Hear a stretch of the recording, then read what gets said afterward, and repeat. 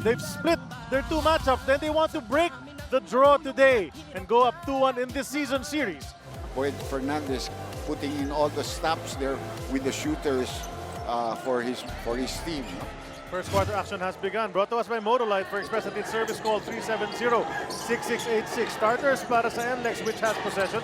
Villanueva and Madanli, Taulava, Kwame Alexander, and as Dr. J said, ito si Canaleta.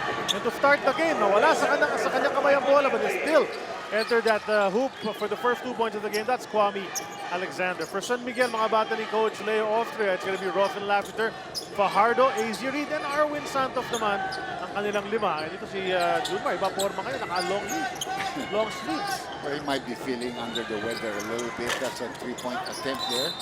A holding foul going to be called against Arwin Santos. For me, partner, personally, I've been watching the games. I think the rise of San Miguel in this tournament has been because of the excellent play of Chris Ross. And nagiging komportable ngayon si Cabagnot coming off the bench. Sometimes they even play together. But Chris has really improved his offensive game and his penetrations, plus his assist numbers. Well, yung defense niya has always been a plus. And his orchestration, pero nga, yan, nasabi mo nga Dr. J yung scoring. There it is. Yan, nagiging threat na siya. On defense, always a threat. But when you start scoring and keep the defenses honest, you really become a potent weapon. But here they go, Taulava. And look at that, using the offhand, the ageless rock, Asi Taulava hitting that basket off the glass. The foul mula kay Chris Ross will send him to the line. Here's that shot. Fast break, brought to us by Smart. Live more.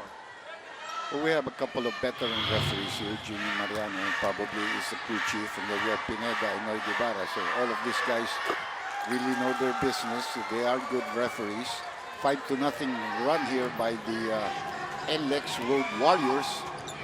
Coming like the high. Golden State. Oo nga, Warriors. Speaking of Warriors, nakaisa yung kanina. Tingnan natin kung ngayong gabi, ganun din. But turnaround jumper, Arwin Santos para umpisa ng scoring ng San Miguel Beer in this game. 1 minute and 25 seconds sa ating bakbakan. You have to respect him dashing into the lane and then taking that high jumper. No? That's a nice screen provided by Asi and a 3-point shot by Mandali. Very, very confident stroke mula dyan kay Michael Madanli. Ayan, hatid sa atin ng PLDT Home Revolution. Turns your ordinary TV into an internet TV. Arwin on the move. Flips it up off the glass. Dalawa na yan para kay Arwin Santos. And this is a fellow who has not been scoring as much in this tournament. It would be a welcome sight para sa coaching staff ng San Miguel if he can get it going. Well, that's how deep the bench of San Miguel is. Sometimes somebody has to sacrifice. If you get points coming from your import and your big man plus your guard, somebody has to sacrifice. But if you need him, Arwin is always available. That's good defense there on the double team. And Arwin's way ahead. He could have 6 points in the ball game. Tama yan, sunod-sunod. Arwin Santos, 3 straight field goals, cuts the gap down to just 2. 9:35 remaining sa ating first quarter. This is the second game of a doubleheader today dito sa Big Dome. And kanina, pinalo ng Alaska Aces ang Kia Carnival as Madanli nagpasabit. Offensive foul, sabi ni referee Jimmy Mariano. That's gonna be a turnover. Panoorin natin ito. Isa pang fast break ngayon sa panig naman ng San Miguel. Arwin with a fast break brought to us by Smart. Live more. Foul there was called on Canaleta for setting an illegal pick. And another tapping, this time from Mafia Blasco. Slow start offensively para San Miguel. In the span of about a minute, they scored 8 straight points. They are like the Golden State Warriors also. You can't sit on any lead with them. Because especially their first 5, it's very potent. Kasi Kwame Alexander. Look at that double team. Errant pass ang nangyari doon. Nahuli ng mga white shirts. The pass over to Junmar Fajardo. And just like that, lamang na ang San Miguel Beer. Oh, that's the coach's pain. You commit turnovers and then your transition defense is poor. You allow a 3-on-2 situation or a 2-on-1 and you get the layup. Good defense kay Madanli. They know he can hit it from outside. He's another guy who can hit it from out there. But Taulava decides to take the shot off the glass. It's obvious that pinapractice ni Asi Taulava yung tira na yan. He's been shooting it more confidently off the glass in the past few ball games. She's one of the great 25 players in the PBA in the beginning of Abed hitting that jump shot.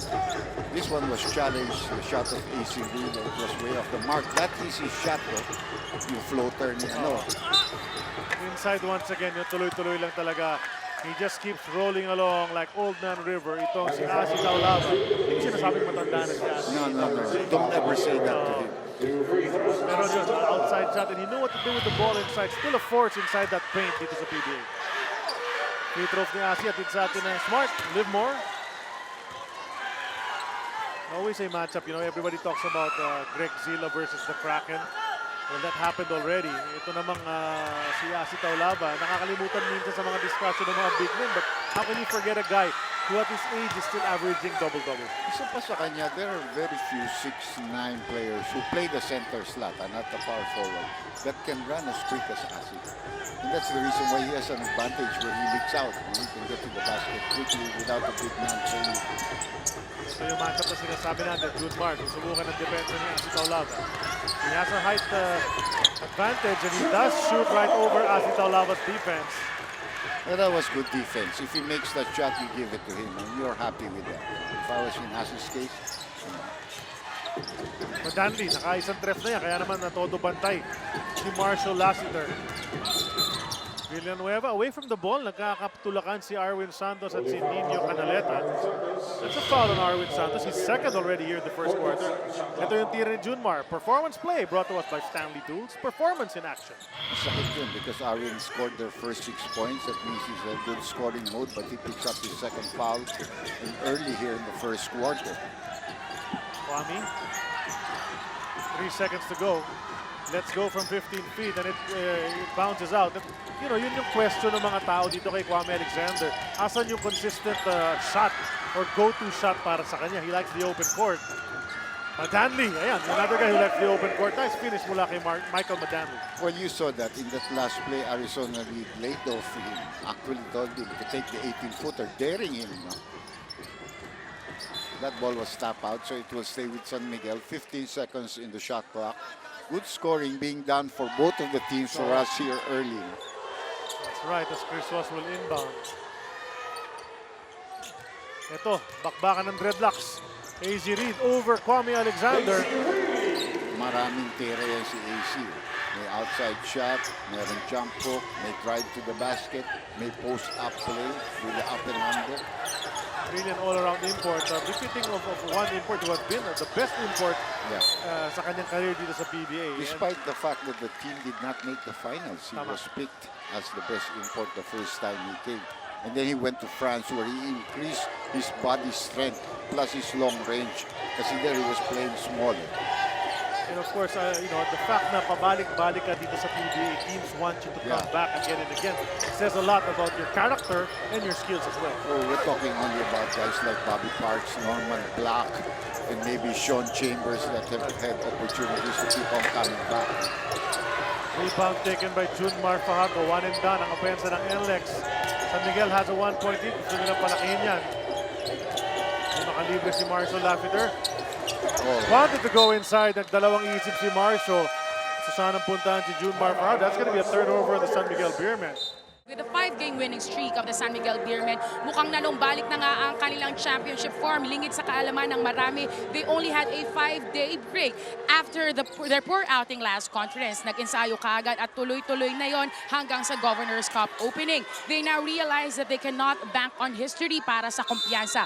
It takes continuous effort to maintain confidence and quality performance. And the difference we see now on the court is reinforced by a different perspective. They may only have one import on paper pero they consider na lahat daw sila ay imports that need to contribute. Kaya naman nasasaksihan natin ang magandang ball movement, ball sharing, and rotation. And with this kind of approach, hindi mapagdududahan ang kanilang team claim na fear the beer. Doc J, Charlie. Maraming salamat, Erica. Well, tama yun. Alam mo, kung hindi nga nagkasakit si AZ Reed at right before their first game, for all you know, they might have won all their 7 games because his performance really went up after he recovered Dr. J. So, hindi natin masabi talaga, but a good recovery after that sickness and 2 losses to start the tournament ngayon. Nasa may taas.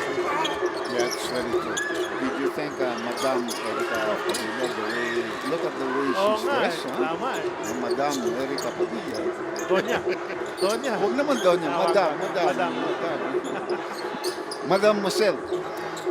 Keeping up with the times. Malapit na ang ating Independence Day. As we see a three-pointer top of the key from Nino Canaleta. Hatid sa atin ng PLDT Home Tier Evolution. Turns your ordinary TV to an internet TV. 5 straight points for Canaleta. So putting him in the starting lineup is bearing fruit for NLEX. Nice shot. Lassiter. One of the purest shooters ngayon sa ating liga, si Marshall Lassiter. Pag nakasquare na siya ng ganyan, wala talagang nakabantay sa kanya. You can practically chalk it up already. And he's a pretty good defender also in the two position. Two-way. There's a post play. And good defense there by Lassiter without fouling him. Ito si Chris Ross. Kahabol ang kanyang koponan. Down by 2. Marshall ties it right up again. He must have an earplug there because he probably listened to that. I better make the shot. I don't want to make Charlie a liar. Minsan naiisip talaga natin yan, Dr. Yeah, Ririnig tayo ng mga player. Yeah, they can. Even the coaches, when you know, sometimes your thoughts of, you think that there should be somebody that should be substituted, it happens. Kwame Alexander on his strong side, the left. Pasok yan off the glass. Balik na naman ang kalamangan sa NLEX, 20-18. Only 3 minutes and 33 seconds remaining first quarter of action. Pero 2018 na tayo, so marami pang oras. We should have a high-scoring first quarter. There's another basket from Junmar Fajardo. Trading baskets itong dalawang koponan. If you look at it, very curious. This quarter is going by very quickly. Only 4 team fouls for San Miguel and none, not a single foul yet committed by NLEX. You know, I like the way the refs are letting them play, and I hope it's the same way. Even Asi making the 17-footer, and Leo Austria calls a timeout. J.R. Reyes and Chris Lutz are in the ballgame. Miss from the outside there, but second chance opportunity on the rebound there by Chris. That's another skill nito si Chris Ross, Dr. J. Yung rebounding niya, both on the offensive and defensive end. Likes to get in there. As he makes this move, but he's stepping in the line. You know, I've always admired point guards because of their ability to pick up balls that bounce on the free throw line. You talk about Johnny Abarientos, who was really superb in that. You know, Topex Robinson, Ronnie Magsana. They were really good in picking up those kind of balls that bounce all the way up to the free throw line. May naalala rin ako ng ganun na player, the point guard, Dr. J, who played for San Miguel Beer, si Froilan Bagyon. Would also get those rebounds dyan sa shaded area after the free throws. I wonder where he is now. Huh? I remember Still he played, sa played ABL. in the ABL. Yeah, I remember. He did pretty well too. Here's Cabagnot. Nabanggit mo nga kanina. He comes off the bench now to relieve Chris Ross and he's fit very nicely to his role as a scorer off that bench. 9 seconds sa kanilang shot clock. Easy read. Gustong pumasok sana. Linabas kay Marshall Lassiter. The 3 bounces right. Sa rebound, Kwame Alexander ang kumuha. 2 minutes.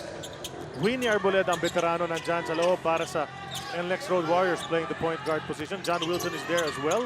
Together with Rico Villanueva. No? That's right. And Rico using the left hand. That's where he's really good. It's let him use his left hand. He's stronger with that when he drives to the basket. Rico Villanueva, big man out of Ateneo de Manila. Bounce around from team to team as well. Pero mukhang komportable siya rito backing up si Taulava. Chris Lutz. Easy read. 3 seconds to shoot. Bumitaw mula sa 3. Wala na naman yan. Good inside track. Nice boxing out from Enrico. It's Kwame. Import versus import. Turnaround jumper. No going on the inside. Alex Cabagnot sumabit. Si Winnie Arboleda. Nakikita na yung kanyang jersey. W. Arboleda. Dahil hindi lang siya ang Arboleda sa team na yan. They also have a player, Harold Arboleda. So far, napako dito sa 20 points ang San Miguel Beer. No? Nagtabla tayo sa 20 all. They can't get a shot from outside. That's 3 straight possessions, or 4 rather.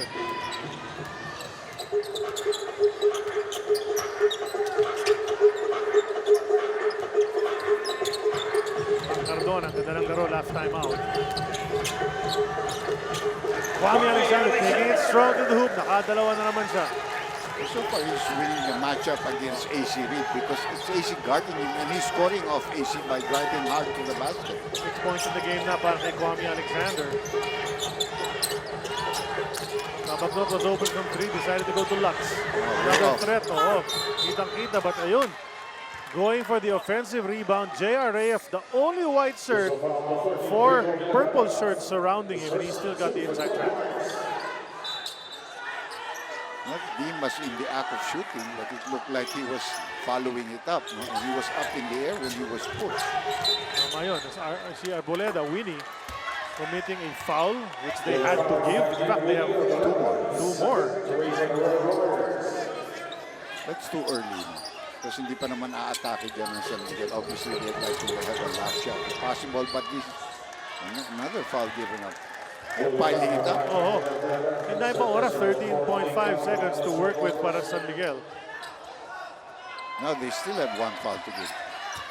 Nice screen. Goes back to AZ Reed. Nakita si Tubit mula sa kanto. Tres niya. Pasok yan for Ronald Tubit. 6.9 remaining.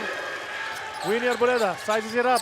Loses the ball. Goes to Kwame. Have to let fly. It looked good, huh? It looks good. Muntik na yung talbog. And we saw the matchup in this first quarter. Asi Taulava, Junmar Fajardo went at it. Yung mga big boys na magkabilang kumanan. The Rock and the Kraken. Asi was running up and down. He has 8 points already. Junmar Fajardo, naka-ani naman with 4 rebounds. And we expect this matchup to come up every now and then dito sa ating laro. At the end of 1, NLEX takes the lead by 3 points, 26-23.